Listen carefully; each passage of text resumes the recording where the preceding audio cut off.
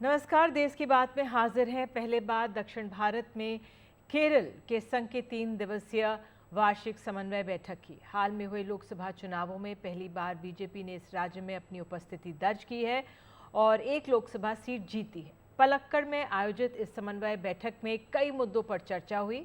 आज आखिरी दिन रहा तो कुछ अहम बिंदुओं पर नजर डाल लेते हैं। जातीय जनगणना पर संघ ने कहा है कि सरकार को कल्याणकारी योजनाओं के लिए नंबर चाहिए होते हैं, लेकिन इसे राजनीति के लिए प्रयोग नहीं करना चाहिए। कोलकाता के विभत्स डॉक्टर हत्याकांड पर कहा कि महिला सुरक्षा चिंता का विषय है, लेकिन सरकार को अस्थिर करना लोकतांत्रिक रूप से ठीक नहीं है। लोकतंत्र में कानून के हिसाब से शासन चलाने की बात कही। SC/ST आरक्षण में वर्गीकरण के मुद्दे पर कहा, संवैधानिक आरक्षण बहुत महत्वपूर्ण है, आम राय से कदम उठाने की जरूरत पर जोर दिया। 3 दिन की बैठक में मणिपुर पर भी चर्चा हुई। कहा कि हमने पहले ही अपनी चिंता व्यक्त की है, उम्मीद जताई कि समस्या का जल्द हल निकलेगा। वक्फ के मुद्दे पर कहा कि बोर्ड के कामकाज को लेकर कई शिकायतें मिल रही थी, सरकार ने संज्ञान लिया है और संघ के विभिन्न संगठन भी JPC में बात रखेंगे। UCC पर कहा कि उत्तराखंड मॉडल पब्लिक डोमेन में है, जनता इसे अनुभव करे फिर चर्चा करेंगे। आइए देखते हैं अखिलेश शर्मा की एक रिपोर्ट।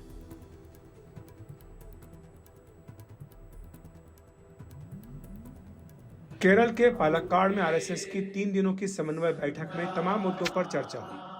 कांग्रेस देश में जातिगत जनगणना की मांग कर रही है, बीजेपी खामोश है। अब RSS ने लाइन खींच दी। As our society, Hindu society, we have the sensitive issue of our caste and caste relations. यह एक बहुत संवेदनशील विषय है। यह हमारी राष्ट्रीय एकता और अखंडता के महत्वपूर्ण विषय है, इसलिए इसे केवल चुनाव या राजनीति के नजरिए से नहीं देखना चाहिए।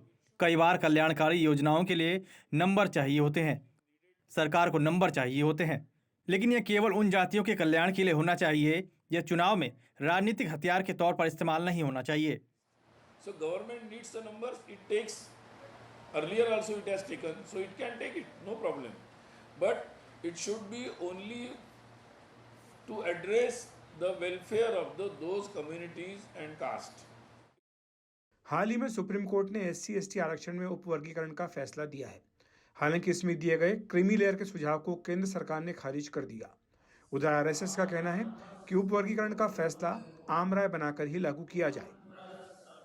So we always see that the constitutional reservation. और आइए सीधे प्रधानमंत्री मोदी क्या बोल रहे हैं बीजेपी की सदस्यता अभियान पर, आइए सुन लेते हैं। तो वैसी स्थिति बनती है जो आज देश के कई दलों की हम देख रहे हैं।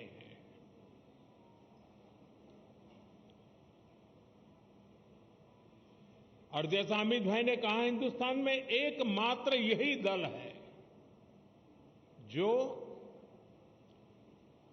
अपनी पार्टी के संविधान के अनुसार अक्षरशः लोकतांत्रिक प्रक्रियाओं को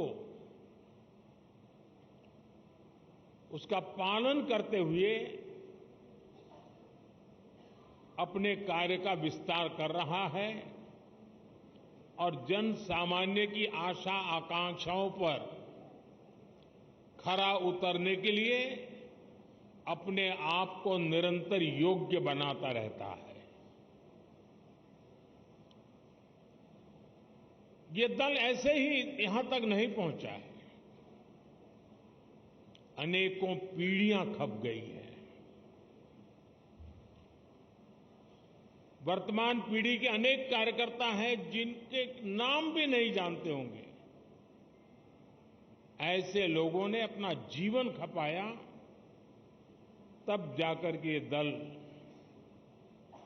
लोगों के दिलों में जगह बना पाया है।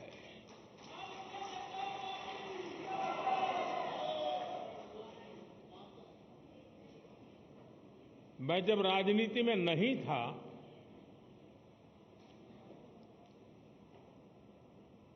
उस जनसंघ के जमाने में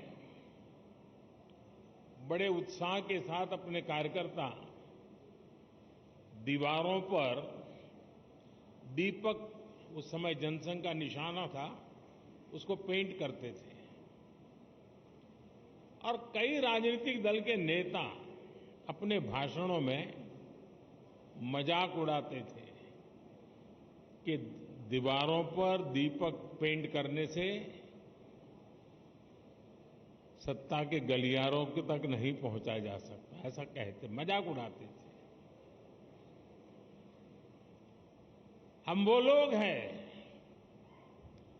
जिन्होंने दीवारों पर कमल पेंट किया, लेकिन इतनी श्रद्धा से पेंट किया कि विश्वास था ये दीवारों पर पेंट किया हुआ कमल कभी न कभी तो दिलों पर भी पेंट हो जाएगा।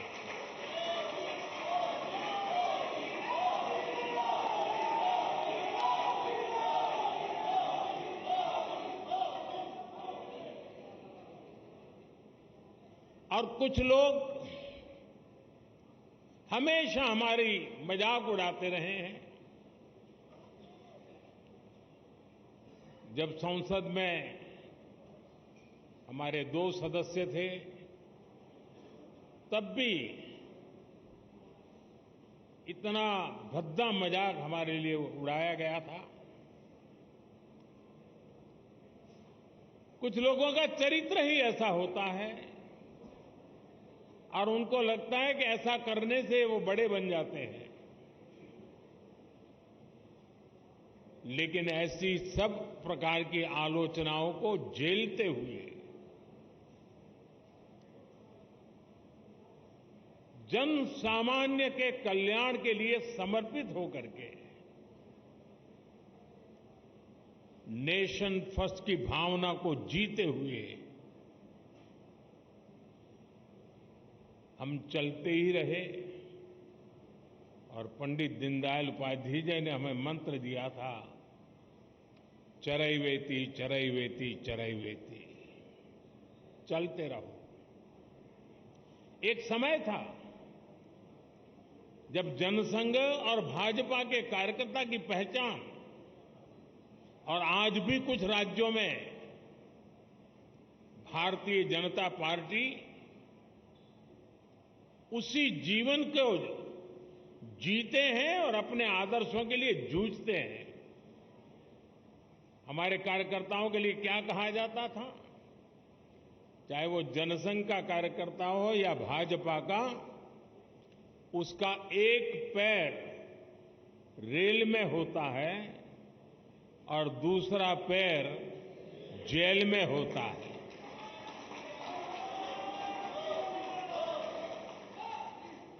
रेल में इसलिए कि भारतीय जनता पार्टी का कार्यकर्ता निरंतर भ्रमण करता था, प्रवास करता था, जहां भी उसको जाना होता वो दौड़ता रहता था और समाज की समस्याओं के समाधान के लिए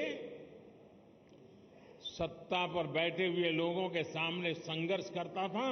और इसलिए कभी जेल तो कभी बाहर, ये उसकी स्थिति रहती थी। मुझे याद है करीब 50 साल पहले की बात होगी, जनसंघ के लोग अहमदाबाद में सत्याग्रह कर रहे थे और एक अपनी कार्यकर्ता बहन जो जेल गई थी, करीब करीब 1 महीना लोग सब जेल में रहे थे सिर्फ आंदोलन करने के लिए, और उसकी गोद में 9 महीने का बच्चा हाथ में लेकर के वो जेल में 1 महीना गुजार करके आई थी। ऐसे जुल्म सहकर के ये पार्टी यहां पहुंची है।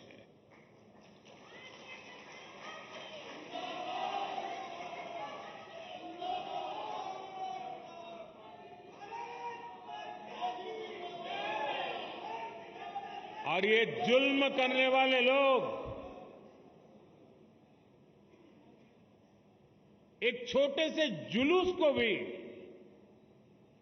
स्वीकार करने को तैयार नहीं होते थे, जेल में बंद कर देते थे। सत्ता का नशा उतना था उनको। साथियों, मैंने सालों तक संगठन में ही काम किया है। मैं भी कभी इसी प्रकार की बैठकें लिया करता था, दौरा किया करता था, सदस्यता अभियान का हिसाब किताब किया करता था। और मेरी ट्रेनिंग इस काम के लिए प्रमुख रूप से हमारे माननीय सुंदर सिंह जी भंडारी जी ने की थी। और वे इस विषय में बहुत आग्रही रहते थे। थोड़ा सा भी वो इधर उधर स्वीकार नहीं करते थे।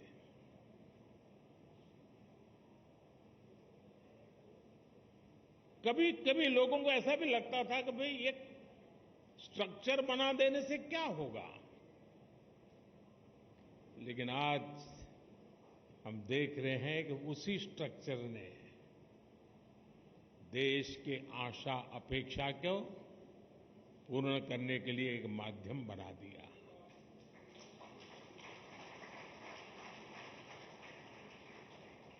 अब हम सदस्यता के लिए जाएंगे। साथियों, ये सदस्यता कर्मकांड नहीं है। हमारे लिए सदस्यता यानी अपने परिवार का विस्तार है। हमारे परिवार में अगर किसी का जन्म होता है तो जितनी खुशी होती है, हमारे परिवार में शादी कर करके कोई बहू आती है तो परिवार के विस्तार का जो आनंद होता है, वो आनंद बीजेपी में जो कोई नया सदस्य बनता है, परिवार के विस्तार का आनंद होता है।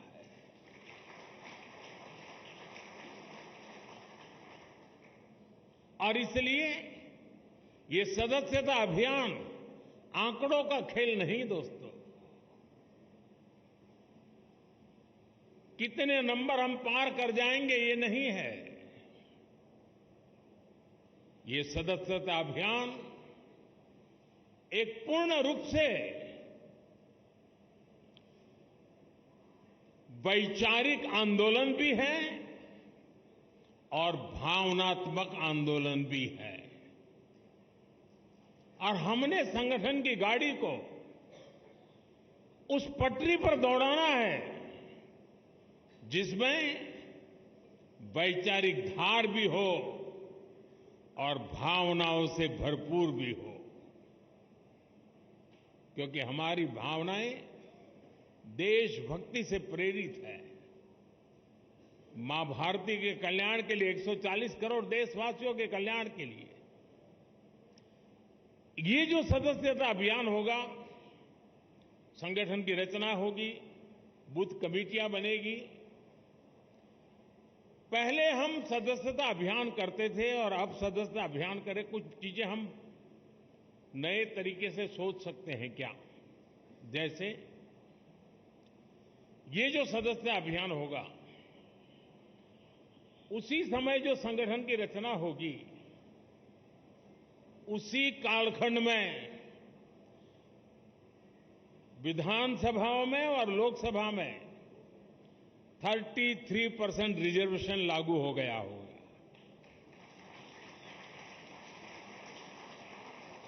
महिलाओं के लिए अगर ये 33% रिजर्वेशन इसी कालखंड में आने वाला है, तो क्या मेरी सदस्यता अभियान में मैं ऐसे सभी लोगों को जोड़ूंगा जो मेरे पार्टी के इतने महत्वपूर्ण निर्णय में अधिकतम महिलाओं को विजयी बना करके एमएलए, एमपी बना सके।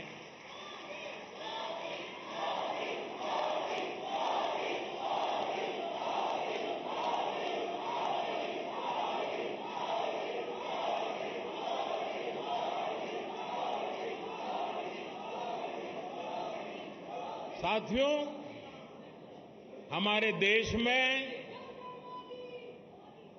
पूरे विश्व के लिए, खास करके ग्लोबल साउथ के देशों के लिए, डेवलपिंग कंट्रीज के लिए एक मॉडल रूप काम हमने किया है और वो है एस्पिरेशनल डिस्ट्रिक्ट, एस्पिरेशनल ब्लॉक।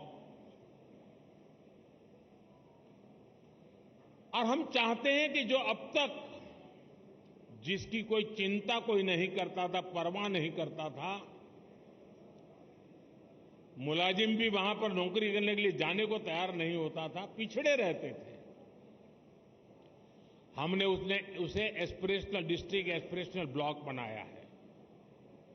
और हमारी कोशिश है कि जल्द से जल्द उस राज्य की जो पैरामीटर्स हैं उसमें जरा भी वो पीछे ना हो सके तो उससे भी आगे जाए, और हो सके तो नेशनल लेवल पे भी जो पैरामीटर्स में हो जाए। और इतना सुखद अनुभव रहा है कि एस्पिरेशनल डिस्ट्रिक्ट में गवर्नेंस पर फोकस करने के कारण, जन भागीदारी के कारण, जन सामान्य की आकांक्षाओं, अपेक्षाओं को चिन्हित कर उस पर काम करने के कारण आज देश के एस्पिरेशनल डिस्ट्रिक्ट, एस्पिरेशनल ब्लॉक करीब करीब स्टेट में टॉप की बराबरी करने लग गए हैं। क्या हम अपना संगठन की रचना करते समय ये एस्पिरेशनल डिस्ट्रिक्ट, एस्पिरेशनल ब्लॉक, उसमें विशेष अभियान चला करके वहां के हर पोलिंग बूथ में अपना झंडा गाड़ सकते हैं दोस्तों? और हमें कागज लेके बैठना पड़ेगा, भाई मेरे इलाके में ये एस्पिरेशनल ब्लॉक है, उन एस्पिरेशनल ब्लॉक के अंदर इतने पोलिंग बूथ है, उस पोलिंग बूथ के अंदर मुझे इतनी मेंबरशिप का टारगेट है, मैं उसको करूंगा। हम प्रयास करें। आपने देखा होगा कि हमने एक बहुत बड़ा आमूलचूल परिवर्तन किया है। किसी समय हिंदुस्तान के आखिरी गांव के रूप में सीमावर्ती गांव जाने जाते थे और नेगेटिविटी का जन्म उस शब्दों में ही शुरू हो जाता था। हमने तय किया कि आखिरी गांव नहीं है, ये मेरे देश के पहले गांव हैं। अगर ये गांव हिंदुस्तान के सीमा के छोर पर है, अगर सूरज की पहली किरण आएगी, पूरब में होगा, तो पहले उसी को स्पर्श करते हुए हम तक पहुंचेगी। वो पहला गांव है। और इसलिए हमने पूरी तरह बदला है विचार। क्या हम एक स्पेशल इकाई बनाएं? जो राज्य सीमावर्ती राज्य है, वे ये जो पहला गांव है उसमें सबसे पहले मेंबरशिप का अभियान चलाएं और पूरे के पूरे गांव को भारतीय जनता पार्टी का किला बना सकते हैं। और जो सीमा के आखिरी छोर पर बैठा हुआ वो गांव जब भारतीय जनता पार्टी का किला बनता है ना, तब वो भारत का किला अपने आप बन जाता है। तो मेरे लिए सदस्यता ये सिर्फ पार्टी का नंबर बढ़ाने के लिए नहीं, मेरी सदस्यता मेरे देश को मजबूत बनाने के लिए भी है। और इसलिए मैं उन गांवों को किला बना के छोड़ूंगा।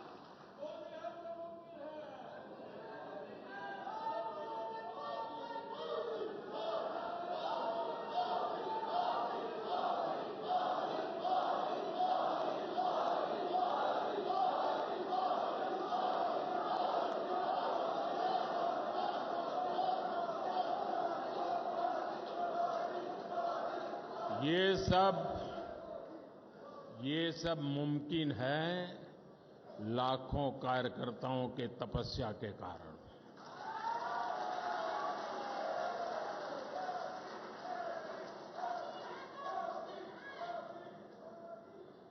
साथियों, उसी प्रकार से जहां दो राज्य की सीमाएं मिलती हैं, क्या अभी से प्लान कर सकते हैं कि उन दो राज्य की सीमा पर डेट निश्चित करके, मान लीजिए महाराष्ट्र और गुजरात की सीमाएं मिलती है, तो महाराष्ट्र के कार्यकर्ता उनकी सीमा पे आएंगे, गुजरात के कार्यकर्ता उस दिन उनकी सीमा पर जाएंगे और एक सीमा पर उनके गांव इसके गांव साथ मिलकर के मेंबरशिप बनाएंगे। महाराष्ट्र का गांव होगा, वहां गुजरात के लोग भी नजर आएंगे, गुजरात का गांव होगा, महाराष्ट्र के लोग नजर आएंगे और उस स्टेट के बॉर्डर के सभी गांवों को मैं कवर कर सकता हूं। जब मैं कहता हूं एक भारत श्रेष्ठ भारत, मेरे एक भारत श्रेष्ठ भारत की ये जो रेखाएं बनी हुई है नक्शे पर, मेंबरशिप के द्वारा मैं महाराष्ट्र के गांव को, गुजरात के गांव को, वहां के दिलों को जोड़ने के लिए मैं मेरा कमल खिला सकता हूं क्या? और इसलिए मैं कहता हूं साथियों, ये सदस्यता अभियान मेरे देश का सामर्थ्य बढ़ाने के लिए है। हमने हमारे ट्राइबल इलाके, मुझे याद है एक सदस्यता अभियान के समय मैं हिमाचल में मेरा दौरा था, ये नड्डा जी के इलाके में, और मैं पहाड़ी क्षेत्रों में जाना चाहता था। एक पोलिंग बूथ पर जाने में मेरा एक दिन लगता था, पहाड़ों पे चढ़ना पड़ता था और वहां जाकर के 20-22 लोगों की मीटिंग करके मैं नीचे उतरता था। पूरा दिन मेरा चला जाता था, लेकिन मुझे आनंद होता था कि वहां कोई तो होता था जो पूछता था कि साहब ठंड बहुत है, पहले चाय पी लीजिए।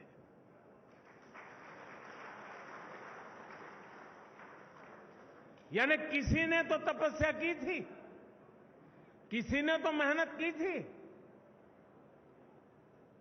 क्या हमारे जो ट्राइबल बेल्ट है उसमें दूर दराज के जो क्षेत्र हैं उसमें भी अभी जैसे आपने देखा होगा पीएम जनमन योजना शुरू की है। ये पीएम जनमन योजना हमारे आदिवासी क्षेत्रों में भी ऐसे ऐसे इलाके हैं, ऐसे ऐसे समूह हैं जहां व्यवस्थाएं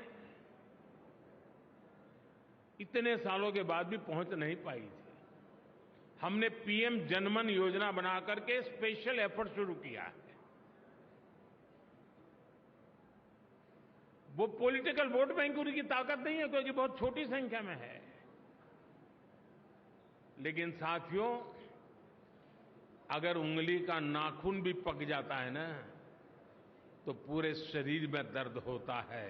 केरल में आज 3 दिन की संघीय समन्वय बैठक का समापन हुआ है। कई अहम मुद्दों पर उस पर चर्चा हुई है। आइए देख लेते हैं ग्राउंड रिपोर्ट। केरल के पालक्काड़ में आरएसएस की 3 दिनों की समन्वय बैठक में तमाम मुद्दों पर चर्चा हुई। कांग्रेस देश में जातिगत जनगणना की मांग कर रही है, बीजेपी खामोश है। अब आरएसएस ने लाइन खींच दी। As our society, Hindu society, we have the sensitive issue of our caste and caste relations. यह एक बहुत संवेदनशील विषय है। यह हमारी राष्ट्रीय एकता और अखंडता के महत्वपूर्ण विषय है। इसलिए इसे केवल चुनाव या राजनीति के नजरिए से नहीं देखना चाहिए। कई बार कल्याणकारी योजनाओं के लिए नंबर चाहिए होते हैं, सरकार को नंबर चाहिए होते हैं, लेकिन यह केवल उन जातियों के कल्याण के लिए होना चाहिए। यह चुनाव में राजनीतिक हथियार के तौर पर इस्तेमाल नहीं होना चाहिए। So government needs the numbers. It takes, earlier also it has taken, so it can take it, no problem. But it should be only to address the welfare of those communities and caste. हाल ही में supreme court ने SC/ST आरक्षण में उपवर्गीकरण का फैसला दिया है। हालांकि इसमें दिए गए क्रीमी लेयर के सुझाव को केंद्र सरकार ने खारिज कर दिया। उधर आरएसएस का कहना है कि उपवर्गीकरण का फैसला आम राय बनाकर ही लागू किया जाए। We always see that the constitutional reservation is very important. हम संवैधानिक आरक्षण को बहुत महत्वपूर्ण मानते हैं। आरएसएस ने हमेशा इसका समर्थन किया है। इस बारे में सरकार और अन्य लीगल अथॉरिटी को फैसला करना होगा, लेकिन यह तय करना होगा कि जिन्हें आरक्षण का लाभ मिल रहा है उनकी राय ली जाए, उससे पहले कोई कदम ना उठाया जाए। यह आम राय से होना चाहिए। Call should be taken by the government and legal authorities. समन्वय बैठक में महिला सुरक्षा के मुद्दे पर चिंता व्यक्त की गई। कोलकाता के आरजी-कर मेडिकल कॉलेज में प्रशिक्षु महिला डॉक्टर के बलात्कार और हत्या तथा अन्य राज्यों में भी आए ऐसे ही मामलों को लेकर विस्तार से चर्चा हुई। संघ ने 5 स्तरों पर काम करने की जरूरत बताई। कानूनी तौर पर समाज में जागरूकता, परिवार में संस्कार देना, औपचारिक तथा अनौपचारिक शिक्षा और आत्मरक्षा। हालांकि पश्चिम बंगाल की ममता सरकार को बर्खास्त कर राज्य में राष्ट्रपति शासन लगाने की मांग से संघ सहमत नहीं दिखा। No, that's the government's call. I think in this era, it is not. यह सरकार को फैसला करना है, लेकिन इस दौर में किसी भी सरकार को अस्थिर करना लोकतांत्रिक रूप से ठीक नहीं है। लेकिन किसी भी लोकतांत्रिक सरकार को लोग कानून के हिसाब से शासन चलाने को कहेंगे। Govern according to law and address the public grievances. संघ ने यह भी साफ किया कि मणिपुर में हालात सुधरने चाहिए और इसके लिए सरकार को कार्रवाई करने की जरूरत है। 3 दिनों की इस बैठक में बीजेपी अध्यक्ष जेपी नड्डा भी मौजूद रहे। लोकसभा चुनाव के दौरान एक इंटरव्यू में उन्होंने कहा था कि बीजेपी को पहले संघ की जरूरत पड़ती थी, अब वह सक्षम है और अपने आप को चलाती है। हालांकि इन 3 दिनों में संघ से वैचारिक रूप से जुड़े सभी संगठनों में बेहतर तालमेल पर जोर दिया गया। ब्यूरो रिपोर्ट के साथ अखिलेश शर्मा, एनडीटीवी इंडिया। और हमारे साथ अखिलेश शर्मा मौजूद हैं आकलन करने के लिए। अखिलेश, बहुत अहम मसलों पर ये चिंतन मनन हुआ है। यहाँ पर जातिगत जनगणना बहुत अहम है। पश्चिम बंगाल में जिस तरह से कहा कि जो सरकार है उसको अस्थिर नहीं करना चाहिए, लेकिन इसमें सबसे ज़्यादा अहम ये भी था कि संघ और बीजेपी के बीच जो तालमेल है, समन्वय, वो भी महत्वपूर्ण है। आपने खुद जेपी नड्डा की बात का जिक्र किया, क्या खास इसमें माना जाए जो सबसे अहम निकल कर आया? देखिए, 2024 का जो लोकसभा चुनाव हुआ जिसमें बीजेपी को झटका लगा, उसके बाद ये बड़ी बैठक थी आरएसएस बीजेपी के साथ। हालांकि इसमें 32 संगठन कुल थे जो कि आरएसएस की समान विचारधारा के हैं। ये साल में एक बार बैठक होती है, लेकिन 3 दिनों तक मंथन चला। देश के सामने आज जितने भी विषय जिन पर चर्चा हो रही है, उन तमाम मुद्दों पर आज बताया गया कि 3 दिन तक लगातार चर्चा होती रही। काफी गहन विचार विमर्श किया गया, जिसमें कि जातिगत जनगणना जो सबसे बड़ा मुद्दा एक बना हुआ है, जिसको कांग्रेस पार्टी ने प्रमुखता से उठाया है, जिसको लेकर बीजेपी ने अभी तक स्पष्ट तौर पर नहीं कहा। हालांकि गृह मंत्री अमित शाह ने कहा था छत्तीसगढ़ में विधानसभा चुनाव से पहले, उस प्रेस कॉन्फ्रेंस में भी था, उन्होंने साफ कहा था कि बीजेपी जातिगत जनगणना के विरोध में नहीं है, लेकिन इस पर सभी लोगों से चर्चा होनी चाहिए। इसके बाद केंद्र सरकार की ओर से संसद में यह कहा गया कि जातिगत जनगणना के लिए बात होगी, लेकिन उस तरह से सीधे तौर पर नहीं कहा गया था। अब जबकि कांग्रेस बार बार इस मुद्दे को उठा रही है, आरएसएस प्रवक्ता को आपने सुना, सुनील आम्बेकर को, उन्होंने स्पष्ट रूप से कहा कि सरकार को आंकड़ों की जरूरत होती है। तो इसलिए एक तरह से आरएसएस ने हरी झंडी दिखा दी है जातिगत जनगणना को लेकर। तो अब ये वक्त की बात है कि कब सरकार इस बारे में फैसला करती है, क्योंकि जनगणना को लेकर ही अभी तक सरकार ने स्थिति स्पष्ट नहीं की है। इस साल का जो बजट है उसमें जनगणना के लिए प्रावधान नहीं है। तो ये देखने की बात होगी कि जनगणना कब होती है और फिर उसमें जातीय जनगणना के लिए अलग से कॉलम जोड़ा जाता है या नहीं जोड़ा जाता है। दूसरी बात, SC/ST में उपवर्गीकरण को लेकर सुप्रीम कोर्ट का जो फैसला आया, जिसमें क्रीमी लेयर का सुझाव भी दिया गया था, सरकार ने बिना देरी किए कैबिनेट में चर्चा करके इसको खारिज कर दिया था। SC/ST के उपवर्गीकरण को लेकर आज आरएसएस ने स्पष्ट किया है कि इसमें जिन लोगों को लाभ मिला है, यानी SC/ST तबके को जिनके लोगों को लाभ मिला है, उनकी राय लिए बिना, उनकी सहमति लिए बिना, आम राय बनाए बिना इस फैसले को लागू नहीं करना चाहिए। ये भी एक महत्वपूर्ण कदम आरएसएस की ओर से माना जा रहा है।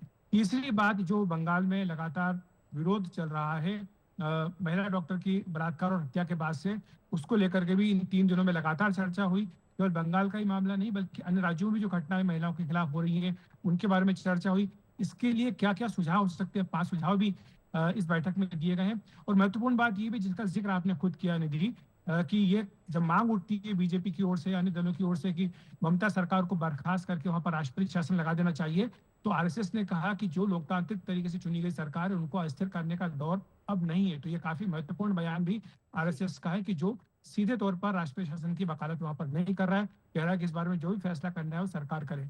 मणिपुर को लेकर भी चिंता व्यक्त की है, कहा कि जो आरएसएस जनरल सेक्रेटरी हैं दत्तात्रेय होसबले, वो पहले भी बात कह चुके हैं, लेकिन आज एक बार फिर से कहा गया कि मणिपुर में शांति बहाल होनी चाहिए, सरकार को इसके लिए एक्शन लेना चाहिए। तो ये तमाम मुद्दे जिस पर कि एक तरह से आरएसएस ने अपनी स्थिति स्पष्ट की है।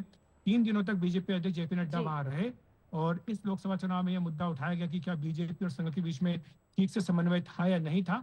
लेकिन अब इस समन्वय बैठक के बाद ये कहा गया है कि सारे संगठन जो है वो एकजुट हैं, एक साथ हैं और सब मिलकर के काम करेंगे। तो अभी चुनौती पहली है वो 2 राज्यों के विधानसभा चुनाव है, वहाँ पर देखना होगा कि संघ और मिलकर किस तरह से काम करते हैं। बिल्कुल अखिलेश, जानकारी के लिए आपका बहुत बहुत धन्यवाद। तो संघ की 3 दिवसीय की बैठक हुई। आइए आगे बढ़ते हैं। अहम खबर आई है, आ तो रही है कनाडा से लेकिन हमारे देश से ही जुड़ी हुई है। पंजाबी गायक एपी ढिल्लों के कनाडा के घर के बाहर गोलीबारी हुई है। फायरिंग के पीछे गोल्डी बराड़ के गैंग का हाथ बताया जा रहा है। इसका एक वीडियो भी सामने आया है, हालांकि एनडीटीवी इसकी पुष्टि नहीं करता है। इस घटना की जांच में सुरक्षा एजेंसियां जुटी हुई हैं। कुछ दिन पहले भी एपी बॉलीवुड स्टार सलमान खान के साथ गाना गाया था इन्होंने, और अब उनके घर पर फायरिंग की खबर आई है। कनाडा के वैंकूवर में उनका ये घर बताया गया है।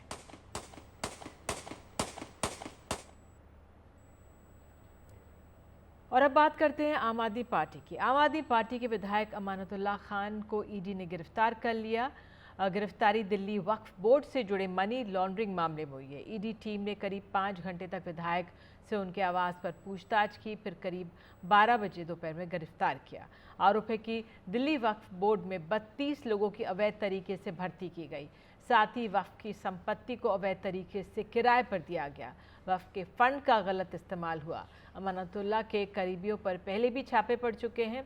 इन छापों में ईडी के हाथ लगी थी एक डायरी, और डायरी में विदेश से लेन देन का जिक्र बताया जा रहा है। काम क्या इनका अरेस्ट करना, क्या कहेंगे अरे सब मालूम है बेकसूर।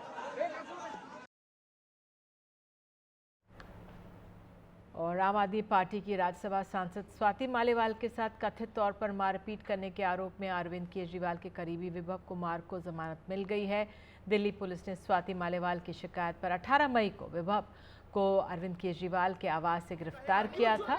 अब सुप्रीम कोर्ट ने उन्हें जमानत दी। विभव कुमार को जमानत देते हुए अदालत ने कुछ शर्तें भी लिखी हैं। सुप्रीम कोर्ट ने मामले में सभी प्रमुख गवाहों की जांच होने तक विभव को मुख्यमंत्री के निजी सचिव के रूप में अपना पद संभालने या मुख्यमंत्री आवास में प्रवेश करने से रोक दिया है।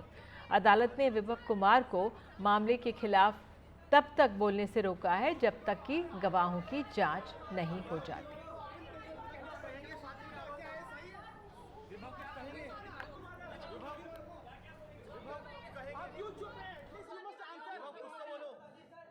और आइए बात करते हैं तेलंगाना और आंध्र प्रदेश की, जहां पर बारिश और बाढ़ ने ज़बरदस्त तबाही मचाई हुई है। अब तक जानकारी के मुताबिक आपको बता दें, दोनों राज्यों में 27 लोगों की जान जा चुकी है, जिनमें से आंध्र प्रदेश में 15 और तेलंगाना में 12 लोगों की जान गई। बाढ़ की वजह से लोग अपना घर छोड़ने पर मजबूर हो गए हैं। घर, खेत खलिहान, सड़कें सब बाढ़ के पानी में डूब चुके हैं। राहत और बचाव के काम में लगातार एनडीआरएफ और एसडीआरएफ की टीम जुटी हुई है। लगातार हो रही बारिश की वजह से रेलवे सेवा प्रभावित हुई है। इस बीच प्रधानमंत्री ने आंध्र प्रदेश के मुख्यमंत्री चंद्रबाबू नायडू और तेलंगाना के सीएम रेवंत रेड्डी से फ़ोन पर बात कर हालात की जानकारी ली। प्रधानमंत्री ने दोनों राज्यों को हर संभव मदद का भरोसा भी दिया। वहीं मौसम विभाग ने तेलंगाना, आंध्र प्रदेश के कई ज़िलों में भारी बारिश का रेड अलर्ट जारी किया हुआ है।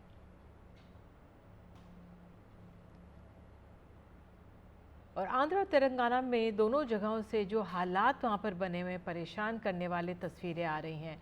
बाढ़ और बारिश ने अलग अलग इलाकों में कैसी तबाही मचाई है, उस पर एक रिपोर्ट देखते हैं।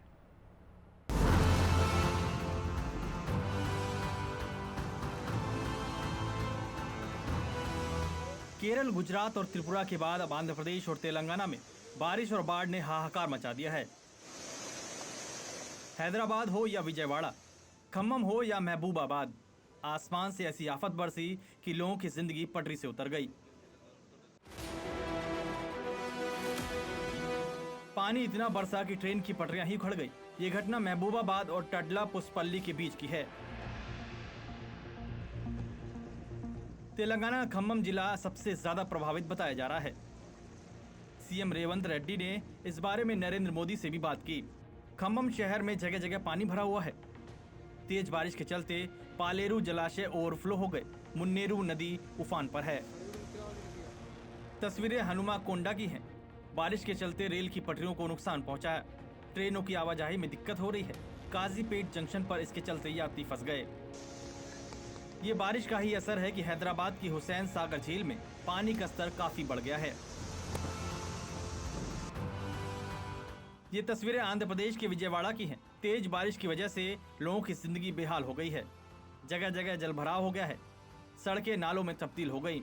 तेलंगाना के सीएम चंद्रबाबू नायडू खुद बोट पर बैठकर हालात का जायजा लेने निकले। एनडीआरएफ की टीम तैनात कर दी गई है। प्रकाशम बैराज पर ट्रैफिक रोक दिया गया। डेंजर वार्निंग जारी कर दी गई है। बैराज के 70 गेट खोल दिए गए। 11 लाख क्यूसेक से ज्यादा पानी रिलीज किया गया है। और हमारी सहयोगी उमा सुधीर वहां से ताज़ा हालात के बारे में जानकारी दे रही हैं। पिछले 3 दिन से लगातार बारिश हो रही थी आंध्र प्रदेश और तेलंगाना के इलाकों में, और इसकी वजह से कई जगह पर बाढ़ का एक सिचुएशन रहा। अगर आप विजयवाड़ा देखेंगे जो आंध्र प्रदेश में पड़ता है, वहाँ पे पूरे शहर में एक तरह से पानी भर गया और उसकी वजह से 2 लाख से ज़्यादा लोग अपने छत या फिर पहली मंजिल में उनको जाकर बैठना पड़ा। और उनके रेस्क्यू के लिए बहुत सारे बोट्स, नाव और एरियल रेस्क्यू भी करने की कोशिश की गई। आंध्र प्रदेश के मुख्यमंत्री चंद्रबाबू नायडू कल रात को विजयवाड़ा कलेक्ट्रेट पर ही ठहरे। एक बस में, जैसे हुदहुद में वो किया करते थे, उसके तूफान के दौरान उन्होंने 10 दिन उसी बस में बिताए थे और अब वापस वो कलेक्ट्रेट में रात में रहे और नाव के ज़रिए वो खुद गए उन इलाकों में जहाँ पे पानी ठहरा हुआ था। इसके अलावा जेसीबी पर भी वो गए देखने के लिए कि उन इलाकों में रेस्क्यू ऑपरेशंस कैसे चल रहे हैं। 3 खास चीज़ें हैं। पहली बात कि विजयवाड़ा में सिर्फ 24 घंटे के अंदर 34 सेंटीमीटर तक का रेन हुआ, यानी कि क्लाउड बर्स्ट हुआ और उसकी वजह से ये पूरा फ्लडिंग उस इलाके में हो गया, ऐसा कहा जा रहा है।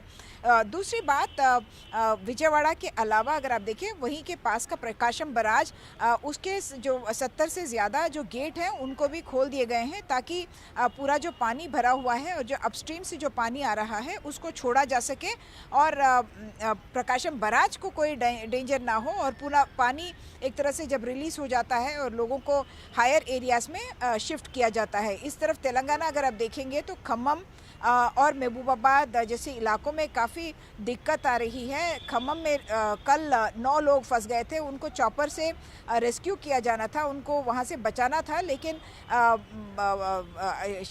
मंत्रियों के ट्राई करने के बावजूद, उनके कोशिशों के बावजूद वहाँ पे चॉपर नहीं पहुँच पाए और लोगों में काफ़ी गुस्सा था कि क्या अगर कोई मंत्री का बेटा या बेटी वहाँ पे होती तो क्या ये लोग बचा नहीं लेते थे उनको, लेकिन वो नहीं हो पाया। और उसके बाद मंत्री ने एक तरह से अपोलोजाइज भी किया, कहा कि नहीं हो पाया हमसे ये बचाव इन 9 लोगों का। और उसके बाद आंध्र प्रदेश से भी चॉपर्स लाए गए और प्रधानमंत्री के साथ बातचीत में भी मुख्यमंत्री ने ये बात कही। तो उसके बाद जो चॉपर्स भेजे जा रहे हैं वो इन एरियाज़ में भी ऑपरेट कर सकते हैं जब क्लाइमेटिक कंडीशंस अच्छे नहीं हैं।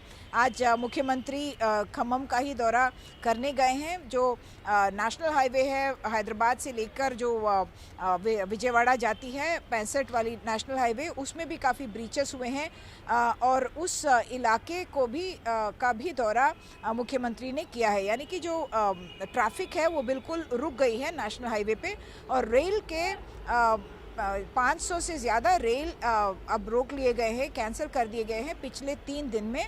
और इंटिकना जो एक जगह है महबूबाबाद में, उस एरिया में जो रेलवे ट्रैक है उसके नीचे की ज़मीन बिल्कुल निकल गई और उसकी वजह से खतरा हो सकता था, लेकिन रेलों के रोक दिए जाने की वजह से ये खतरा टल गया। लेकिन कुछ दिन तो लग जाएंगे उस पूरे इलाके को, उस पूरे ट्रैक को सेव करने के लिए, ऐसा रेलवे अथॉरिटीज़ का कहना है। अब तो बारिश नहीं हो रही है तो रेस्क्यू और रिहैबिलिटेशन पर काफ़ी एडमिनिस्ट्रेशन का फोकस है।